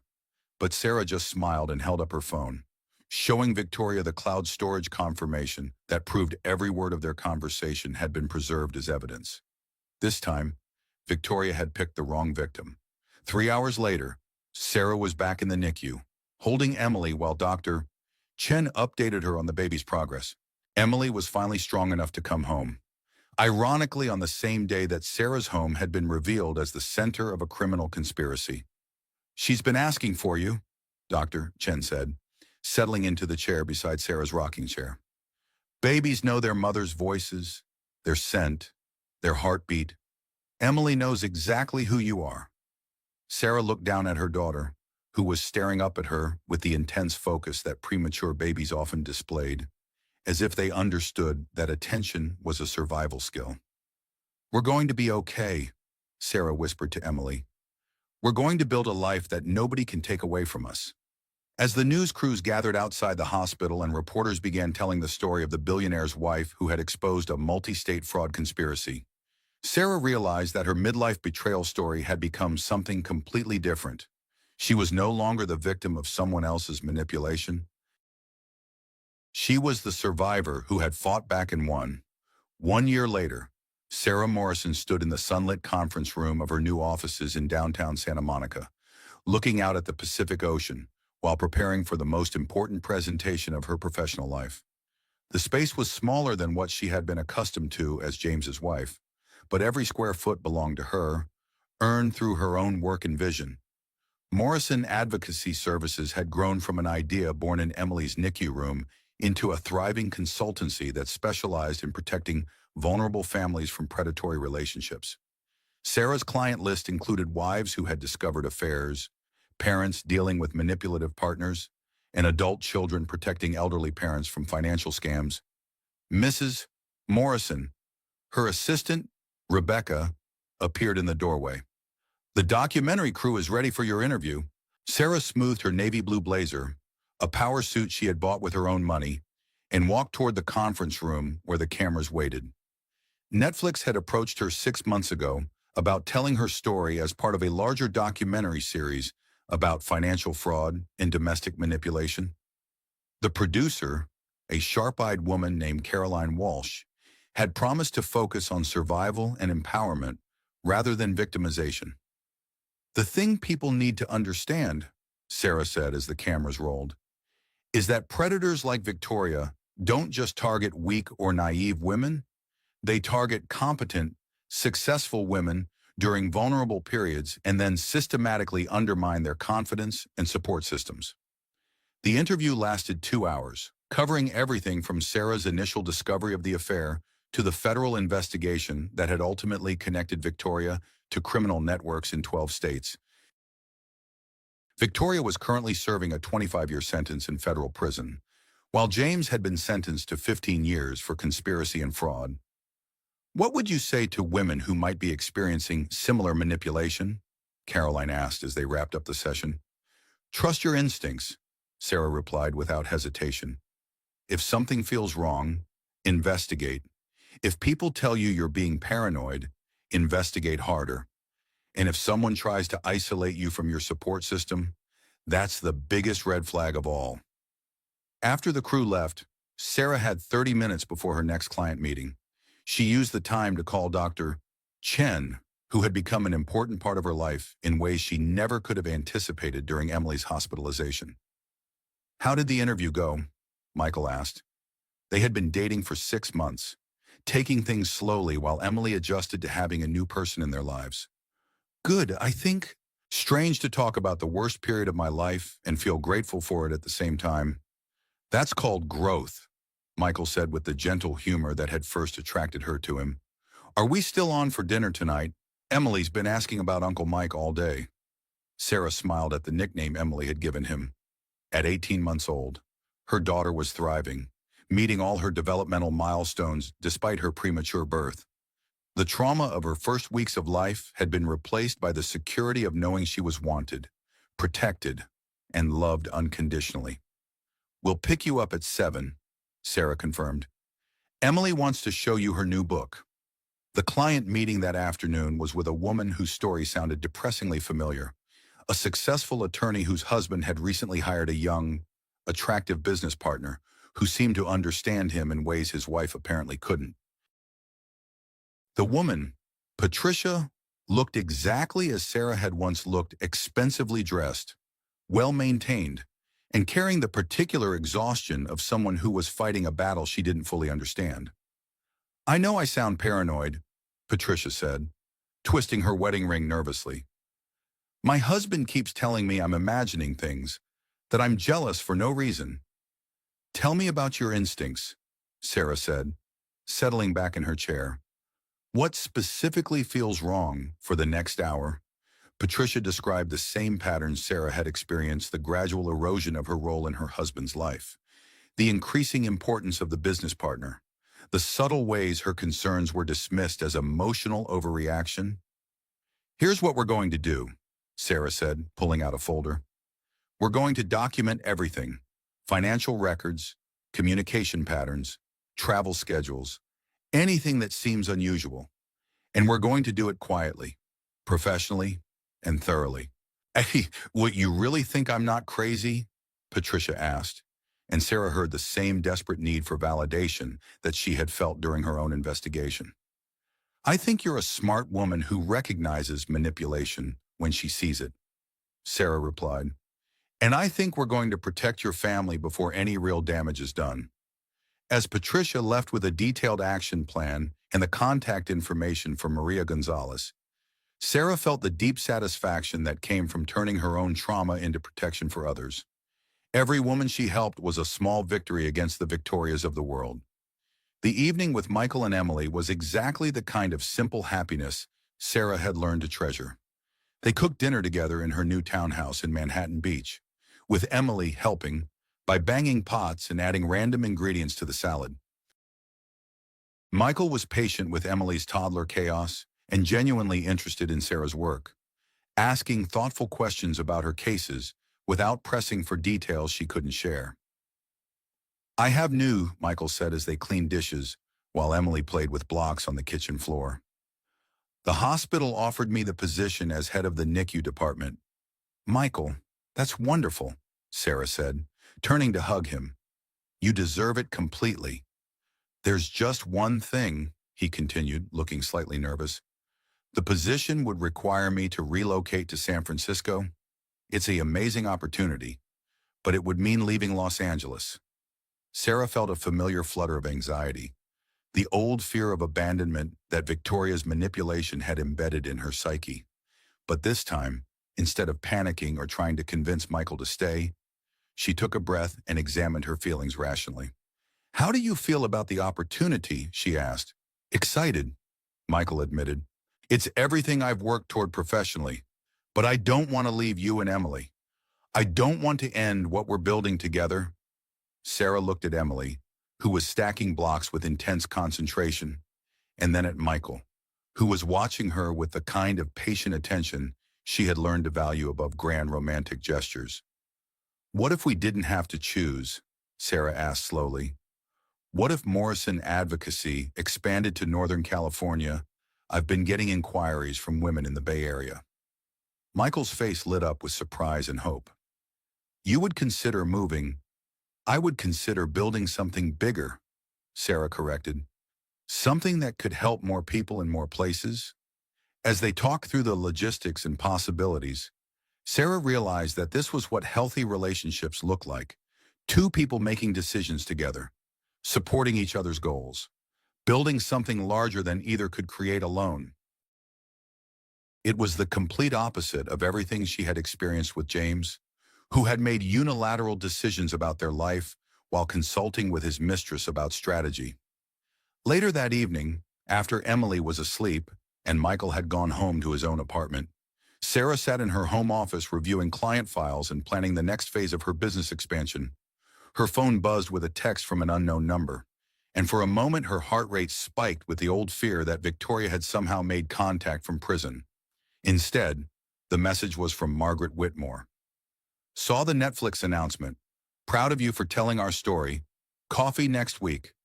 Margaret had indeed survived Victoria's attempts to destroy her, and had become an invaluable part of the federal investigation that had connected Victoria to criminal networks across the country. She was now working with the FBI as a consultant, helping them identify and protect other potential victims. Sarah typed back, "Would love to," and Margaret, "Thank you for teaching me that surviving isn't enough. We have to make sure it doesn't happen to anyone else." As she prepared for bed, Sarah checked on Emily one last time. Her daughter was sleeping peacefully in the nursery Sarah had decorated herself, surrounded by books and toys and photos of the people who loved her unconditionally. "Your mama learned how to be strong," Sarah whispered, adjusting Emily's blankets. "And she's going to teach you to be strong too. But more than that, she's going to teach you to use your strength to protect other people." The pregnant wife betrayed had become the empowered mother and successful entrepreneur. But more importantly, she had become a woman who understood that her greatest victory wasn't just surviving Victoria's manipulation. Her greatest victory was ensuring that other families would never have to experience what she had endured. The next morning brought news that would test everything Sarah had learned about resilience and moving forward. Detective Coleman called while Sarah was giving Emily breakfast, his voice carrying the weight of information he didn't want to deliver. "Victoria's appealing her conviction," he said without preamble. "Her new legal team is claiming prosecutorial misconduct, arguing that the evidence was obtained illegally." Sarah's spoon clattered against Emily's high-chair tray. "What does that mean?" "It means we might have to go through this all over again. New trial, new testimony, new media coverage. Are you prepared for that?" Sarah looked at Emily, who was cheerfully destroying her scrambled eggs while babbling at her stuffed elephant. This little girl depended on Sarah to protect her from the chaos that had marked the first months of her life. "I'm prepared for whatever it takes," Sarah said. "Victoria chose the wrong family to destroy. She's going to learn that some women don't just survive, they make sure justice is served." As she hung up the phone, Sarah realized that her story wasn't finished. The woman who had been buried under lies and manipulation had risen stronger than before, and she wasn't going to let anyone threaten the life she had built from the ashes of her marriage. The final chapter was still being written, and Sarah Morrison was going to make sure it ended with the right person winning. 2 years after Victoria's conviction, Sarah's life had achieved a stability she once thought impossible. Morrison Advocacy Services now operated in 3 states. Emily was a happy, healthy 3-year-old, and Sarah's relationship with Michael had evolved into the kind of partnership she had once only read about in books. They were planning their wedding for the following spring, a small ceremony that would formalize the family they had already become. The morning that changed everything started like any other Tuesday. Sarah was reviewing case files in her San Francisco office when her assistant buzzed the intercom with unusual urgency. "Mrs. Morrison, there's someone here to see you. She says it's about Victoria Chen." Sarah's blood ran cold. Victoria had been in federal prison for 2 years, her appeals exhausted, her network of co-conspirators dismantled by federal investigators. There shouldn't be anyone seeking information about Victoria unless something had gone terribly wrong. The woman who entered Sarah's office was mid-40s, professionally dressed, and carrying herself with the kind of controlled tension that Sarah recognized from her own darkest days. She had the look of someone who had been beautiful before trauma reshaped her features into something harder and more watchful. "Mrs. Morrison, my name is Diana Walsh. I need to tell you something about Victoria Chen that could change everything you think you know about your case." Sarah gestured for Diana to sit, her mind already racing through possibilities. "Are you related to Linda Walsh, one of Victoria's previous victims?"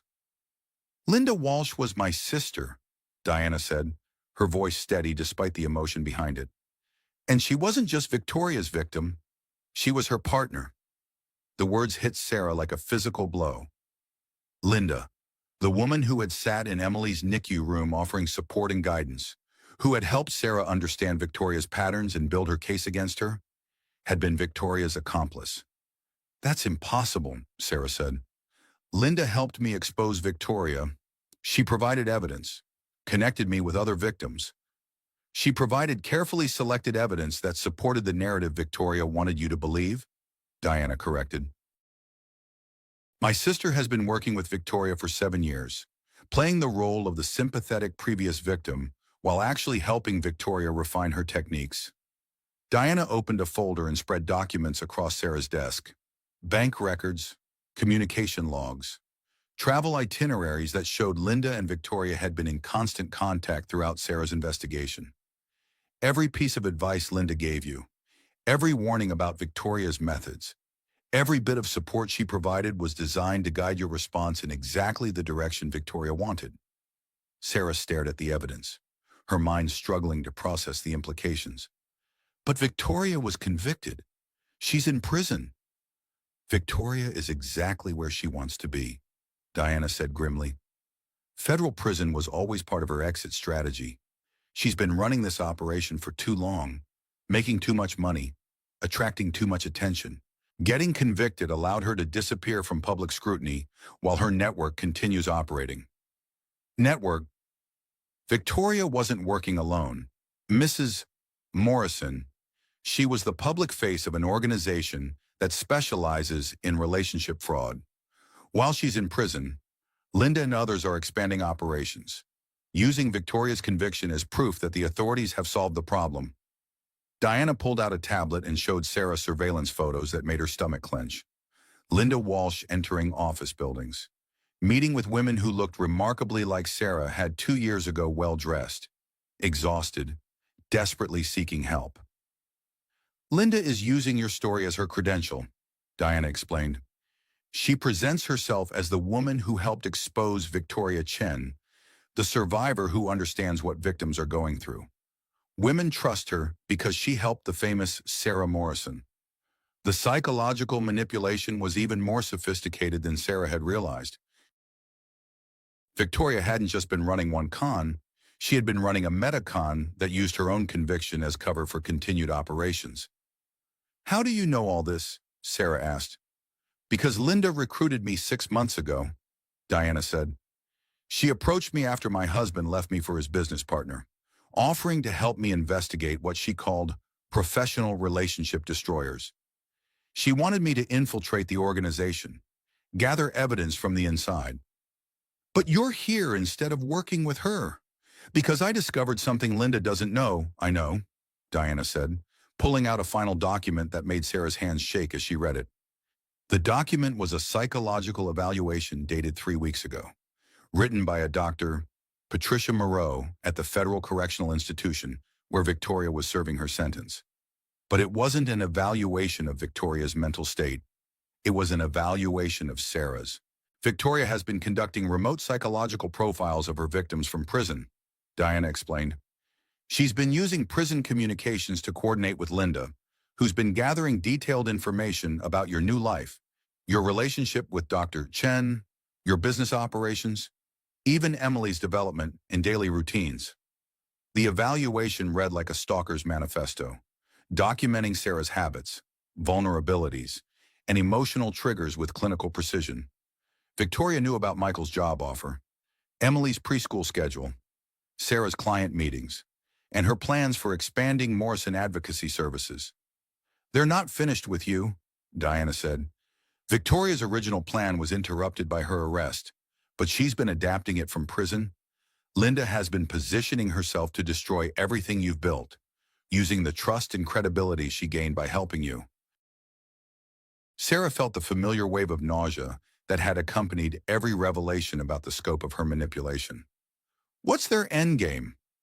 Complete destruction of your credibility and your business, Diana said. Linda has been feeding information to Victoria's legal team for a wrongful conviction appeal. They're going to claim that you and Detective Coleman conspired to frame Victoria, that your evidence was fabricated, that you're a mentally unstable woman who destroyed an innocent person's life. The reversal was breathtaking in its audacity. Victoria was planning to transform herself from convicted criminal into wrongfully imprisoned victim, with Sarah as the unstable woman who had orchestrated her downfall. But there's more, Diana continued. Linda has been cultivating relationships with your current clients, presenting herself as a more experienced consultant who understands manipulation tactics better than you do. She's been slowly stealing your business while documenting every mistake you make, every moment of stress or uncertainty. Sarah thought about her recent client meetings, the subtle suggestions some women had made about seeking additional perspectives on their cases. Linda had been systematically undermining Sarah's work while appearing to support her. The plan is to destroy your business, your reputation, and your relationship with Dr. Chen, Diana explained. Then, when you're isolated and vulnerable, they'll use your emotional breakdown as evidence that you were never a reliable victim or witness. Michael, Sarah said suddenly, her heart racing, if they've been monitoring everything, Dr. Chen has been receiving anonymous reports about your mental health for months, Diana confirmed. Phone calls expressing concern about your stability, emails suggesting you might be having a breakdown, messages designed to make him question whether you're safe to be around Emily. The scope of the manipulation was staggering. Victoria hadn't just been planning to appeal her conviction. She had been orchestrating Sarah's complete destruction from federal prison, using Linda as her instrument and Sarah's own success as evidence of mental instability. "Why are you telling me this?" Sarah asked. "Why risk exposing yourself?" Diana's composure finally cracked, and Sarah saw the pain she had been hiding behind professional efficiency. "Because Linda convinced me to apply for a position with Morrison Advocacy Services. She wanted me to infiltrate your organization, document your methods, and find evidence of professional misconduct. But when I researched your work, when I saw what you had built from the destruction of your own family, I realized I couldn't be part of destroying someone who was trying to protect other women." Diana pulled out her phone and showed Sarah a text thread that made her blood run cold. Messages from Linda describing the timeline for Sarah's final destruction, the evidence they had gathered, the psychological pressure points they were planning to exploit. "They're accelerating the timeline because of your engagement to Dr. Chen," Diana explained. "Victoria sees your happiness as a threat to her appeal strategy. She needs you to be the broken, unstable woman who falsely accused her, not the successful businesswoman who exposed a criminal network." Sarah stared at the messages, seeing her life dissected with the same clinical precision Victoria had once used to plan her original destruction. The woman in federal prison was still controlling every aspect of Sarah's existence, still manipulating her reality from behind bars. But this time, Sarah wasn't the desperate, isolated woman she had been 3 years ago. This time, she had resources, allies, and most importantly, experience in fighting back against impossible odds. "Diana," Sarah said slowly, "how would you feel about helping me destroy them instead?" For the first time since entering the office, Diana smiled. "I was hoping you'd ask." As they began planning their counterattack, Sarah realized that Victoria had made the same mistake that had led to her conviction. She had underestimated the strength and resourcefulness of the women she was trying to destroy. The final battle for Sarah's life and freedom was about to begin, and this time she was going to make sure Victoria Chen never threatened another family again. The game wasn't over. It was just beginning. Key yes a win. Sarah Morrison's story continues in Buried Secrets, The Network Exposed, as she discovers that Victoria Chen was just one part of a national conspiracy targeting vulnerable families. With new allies and deadly enemies, Sarah must protect not only her own family, but hundreds of potential victims across the country.